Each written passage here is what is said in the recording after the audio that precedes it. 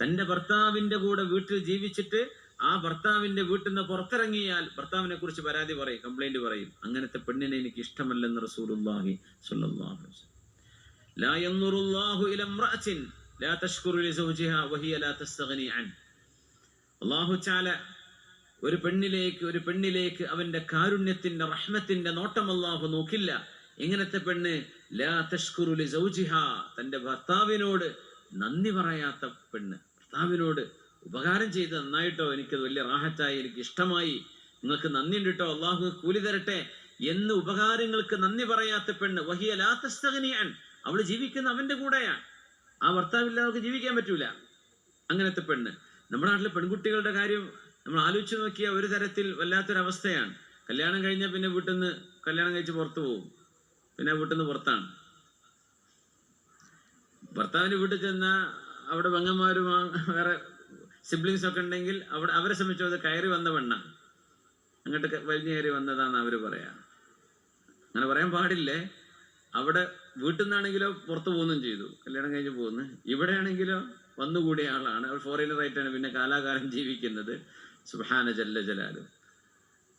വഹിയലാത്ത, കല്യാണം കഴിഞ്ഞാൽ പിന്നെ അവിടെ ആശ്രയം ആരാ? ഭർത്താവാണ്. ഭർത്താവിന്റെ കൂടെ അവൾ ജീവിക്കുന്നത്. അവൾക്ക് ഭക്ഷണം കൊടുക്കുന്നതും വസ്ത്രം വാങ്ങിച്ചു കൊടുക്കുന്നതും തിന്നാൻ കൊടുക്കുന്നു, മക്കളെ വളർത്തുന്നതും ഒക്കെ, അവർക്ക് വേണ്ട ചെലവ് ചെയ്യുന്നതും ഒക്കെ ഭർത്താവാണ്. എന്നിട്ട് ഭർത്താവിനെ സംബന്ധിച്ച് പരാതി പറയാം. ഉള്ള വിഷയം തന്നെ പരാതി പറയാന്ന് പറഞ്ഞാൽ, ഇല്ലാത്തത് പറഞ്ഞാൽ കളവ്, പച്ചക്കളവ്, നുണ പറഞ്ഞുണ്ടാക്കുക എന്നല്ലേ.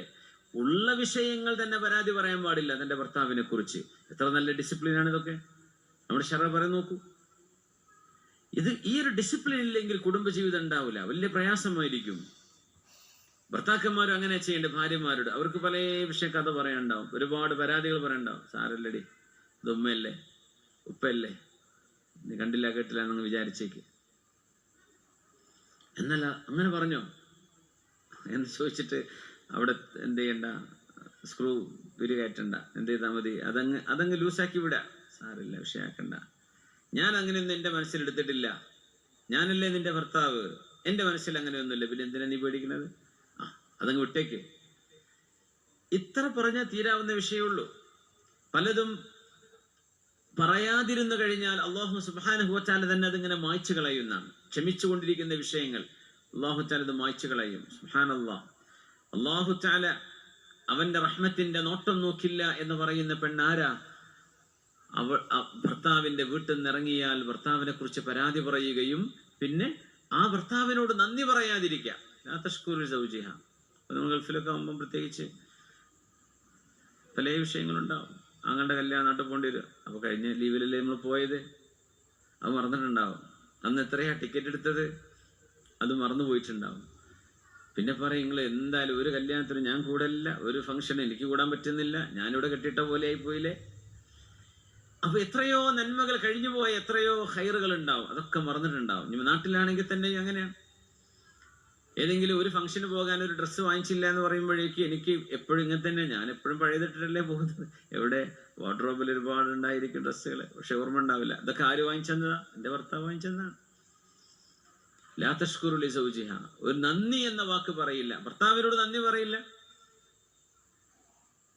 ചിലര് അത് എൻ്റെ അവകാശമാണെന്ന് വിചാരിക്കുന്ന പെണ്ണുങ്ങളുണ്ട്. ഭർത്താവ് ഉപകാരങ്ങൾ ചെയ്ത് അത് എൻ്റെ അവകാശമാണ്. ഞാൻ അങ്ങനെ ഒരു വിഷയത്തിൽ ഡീൽ ചെയ്തിരുന്നു. അപ്പോ ആ പെണ്ണിനെ സംബന്ധിച്ചുള്ള പ്രശ്നം അതാണ്. എന്ത് ഭർത്താവ് ചെയ്താലും അതിന് നിങ്ങളെ ഔദാര്യം ഒന്നല്ലല്ലോ, എൻ്റെ അവകാശമല്ല. അങ്ങനെ അവകാശമൊന്നുമില്ല. പട്ടിണി എടുക്കാണ്ട് ജീവിച്ചു പോവുക, അവിടുത്തെ മറക്കാനുള്ള വസ്ത്രം കൊടുക്കുക, പെരുന്നാൾക്ക് 2 ഡ്രസ്സ് വാങ്ങിച്ചു കൊടുക്കുക, 2 പെരുന്നാക്കും, ഇതോടുകൂടെ തീരും. ബാക്കി ഒരാൾ ചെയ്യുന്ന ഫضല് തന്നെയാണ്. മിനിമം സർവൈവലിന് ആവശ്യമായ ഭക്ഷണവും വസ്ത്രവും താമസവും ഇത് ഭർത്താവിന് നിർബന്ധമാണ്. പക്ഷെ അങ്ങനെയൊന്നല്ലല്ലോ ഇപ്പൊ നടക്കുന്നത്. എത്രയോ ആഭരണങ്ങൾ വാങ്ങിച്ചു കൊടുക്കൂലേ, അവർക്ക് ഇഷ്ടപ്പെട്ട വസ്ത്രങ്ങൾ വാങ്ങിച്ചു കൊടുക്കൂലേ, അതൊക്കെ ഔദാര്യാണെന്ന് വിചാരിക്കാൻ ലാ തശ്കുറു ലിസൗജിഹ. ഭർത്താവിന് ശുക്ർ ചെയ്യാതിരിക്കുക. അങ്ങനെ ഒരിക്കലും ആവരുത്. ആരും അപ്രീസിയേഷൻ ഇഷ്ടപ്പെടും.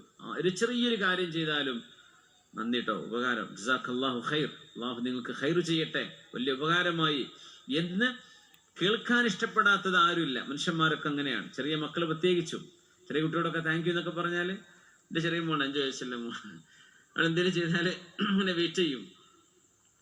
അപ്പൊ എന്താ താങ്ക് യു പറഞ്ഞിട്ടില്ലല്ലോ എന്ന്. താങ്ക് യു പറയണമെന്ന്. അതെ, താങ്ക് യു, യു വെൽക്കം എന്ന് പോയി. അപ്പോൾ അവര് ആ താങ്ക് യു പറയാനും അത് നന്ദിയുണ്ട് എന്ന് അപ്രീഷിയേറ്റ് ചെയ്യാനും ചെയ്യപ്പെടാനും അള്ളാഹു മനുഷ്യന്റെ മനസ്സുകൾ അങ്ങനെ പഠിച്ച കൊച്ചു മക്കളടക്കം. അപ്പൊ നമ്മൾ അപ്രീഷിയേറ്റ് ചെയ്യണം. ഇതൊരു വലിയ ക്വാളിറ്റിയാണ്. ഒരു ചായ കുടിച്ചു മിനിമം ഒരു കഫ്തീരിയെന്ന്, ചിലപ്പോൾ ഒരു ചായ വരെ എന്തുണ്ടാവില്ല, എന്നാലും ചായ കുഴപ്പമില്ല കേട്ടോ, അത്ര പറയാലോ. നല്ല രസമുണ്ട് കേട്ടോ, നല്ല ടേസ്റ്റ് ഉണ്ട്, ഈ ചായ ഒരു വ്യത്യസ്തമായ രുചിയാണല്ലോ. ആ ചായ ഉണ്ടാക്കുന്ന ആൾക്ക് അന്ന് പെരുന്നാളായിരിക്കും.